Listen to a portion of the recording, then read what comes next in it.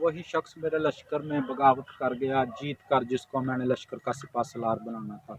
मेरे वीर मुदस्सर खान ने कहा कि खान साहब मौला अली का फरमान सुनाओ, तो मौला अली ने फरमाया कि तीन चीज़ां उस वक्त बहुत आम हो जाएगी, जिस टाइम मजदूर की मजदूरी तो महंगी रोटी हो जाएगी। वो तीन चीज़ां औरत की इज्जत, मर्द की गैरत तो जवान का खून, तीनों चीज़ां पूरियां हो गई। मैं अपने लागदियां नूं पैगाम देना चाहुंदा, कभी किसी की इज्जत घटाउण ना जाओ। जिस टाइम तुसीं किसी की इज्जत घटाउण जाओगे तो अपनी इज्जत घट जाती।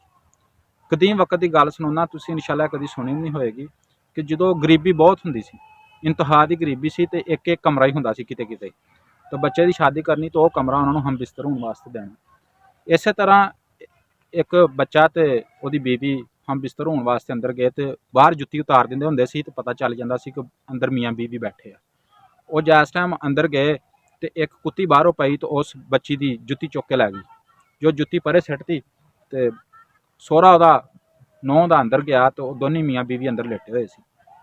लेकिन तिन्हां जणिਆਂ ਨੂੰ शर्मिंदगी का सामना करना पिया। जो शर्मिंदगी का सामना करना पिया, पुछताछ होई भी तेरी बेटा जुत्ती कित्थे सी, तो उन्हें कहा बाई जी जुत्ती बाहर सी। वो पता किया तो कुत्ती ने जुत्ती सिटती। औरत ने फिर उत्थे सड़ के कुत्ती नूं बददुआ दी। उन्हें कहा जे तू मेरी इज्जत नहीं ना रहन दी तो तेरी भी इस जहान ते इज्जत नहीं, जा तर सड़कों ते रुलदी फिरूंगी। तुसीं देखो जिन्नी इस जहान ते कुत्ती बदनाम आना, कोई भी नहीं बदनाम चीज़। तो लगदा नूं यही गल समझाउणा चाहुंदा, कभी भी किसी की इज्जत ना घटाओ। जिहड़ा किसी की कोई इज्जत घटाउण जांदा तो फिर अपनी भी इज्जत नहीं रहिंदी। वीडियो चंगी लगी होवे लाइक करो, शेयर करो, तो चैनल को सबसक्राइब करो।